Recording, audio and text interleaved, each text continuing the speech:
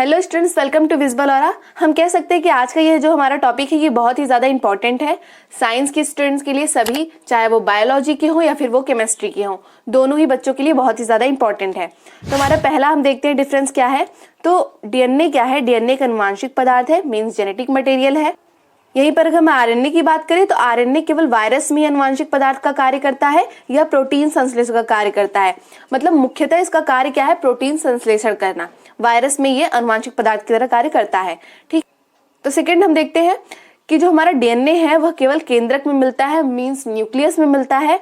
और अगर हम आरएनए की बात करें तो यह केंद्रिका तथा कोशिका द्रव्य दोनों में ही मिलता है। केंद्रिका मतलब हम कह सकते हैं न्यूक्लियोलस, और कोशिका द्रव्य यानी कि साइटोप्लाज्म, ये इन दोनों में मिलता है। जबकि जो हमारा डीएनए है वो केवल केंद्रक में मिलता है।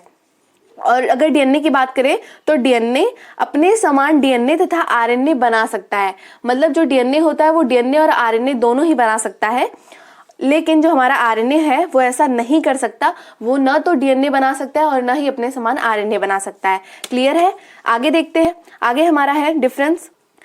इसमें nitrogenous base adenine, guanine, cytosine तथा थाइमीन होते हैं। कौन कौन से? एडेनिन, ग्वानिन, साइटोसिन, थाइमीन होते हैं। जबकि हमारा अगर आरएनए की बात करें तो आरएनए में nitrogenous base adenine, guanine, cytosine और यूरेसिल होता है। मतलब कि यहाँ पर थाइमीन के जगह पर यूरेसिल होता है। क्लियर है? एंड फिफ्थ हमारा क्या है? डीएनए में डबल हेलिक्स स्ट्रक्चर होते हैं, जबकि आरएनए में क्या होते हैं? सिंगल हेलिक्स स्ट्रक्चर होते हैं। यानी कि हम कह सकते हैं कि जो हमारा डीएनए है वो डबल हेलिक्स वाले होते हैं, डबल हेलिकल होते हैं, डबल स्टैंडर्ड होते हैं, और आरएनए हमारा सिंगल स्टैंडर्ड होता है। क्लियर है? इसके अलावा भी हम कुछ डिफरेंस आपको बता रहे हैं जो कि नाम से ही क्लियर है। पहला क्या है? जो हमारा देखो, जो डीएनए होता है, डीएनए हमारा डीऑक्सी राइबोन्यूक्लिक एसिड होता है, और जो हमारा आरएनए है वो राइबोन्यूक्लिक एसिड होता है।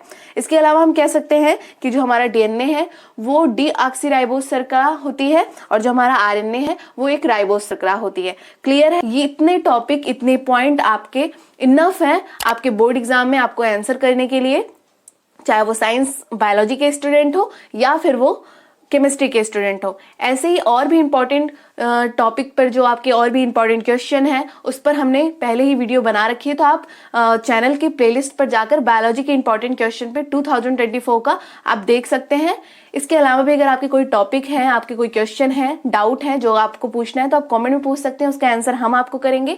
और साथ ही अगर वीडियो पसंद आई तो वीडियो को लाइक करेंगे। अगर आप चैनल पर नए हैं, चैनल को सब्सक्राइब कीजिए और साथ ही बेल आइकन को भी प्रेस कीजिए, जिससे कि हम आपसे जुड़े रहें और आपके सारे क्वेश्चन का, डाउट का आंसर कर सके। तो मिलते हैं नेक्स्ट वीडियो में, तब तक के लिए बाय बाय। अपना खूब सारा ख्याल रखिए और पढ़ते रहिए।